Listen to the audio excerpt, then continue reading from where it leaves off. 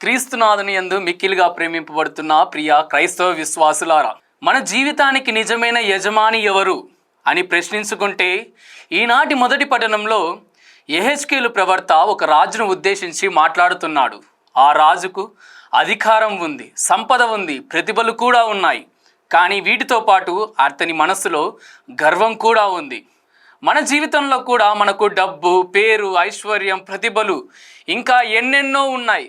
కానీ వీటన్నిటికీ మించి మనం ఎప్పుడైతే ఇదంతా నా వల్లే అని అనుకుంటామో మన హృదయంలో గర్వం కూడా వస్తుంది. ఈనాటి సువార్త పట్టణంలో కూడా యేసు ప్రభువు వారు తన శిష్యులతో పరలోక రాజ్యంలో ప్రవేశించుట ధనవంతుడికి అసాధ్యము అని పలుకుచున్నారు. యేసు ప్రభువు వారు సంపద చెడ్డదని మనకు చెప్పడం లేదు. తనను సంపూర్ణంగా అనుసరించమంటున్నారు. తనను అనుసరించడం అంటే మనకు ఉన్నదాన్ని అంతా వదిలిపెట్టుకొని అనుసరించడం మాత్రమే కాదు, మనకు ఉన్నది ప్రతి ఒక్కటి ఆయన వరం అని గుర్తించి ఆయన మహిమ కోసం ఉపయోగించడం.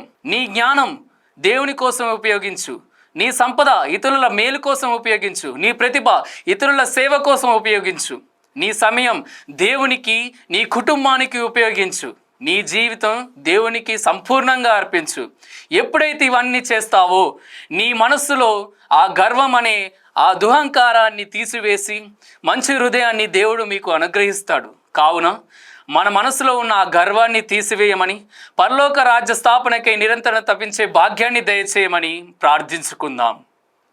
ఆమేన్.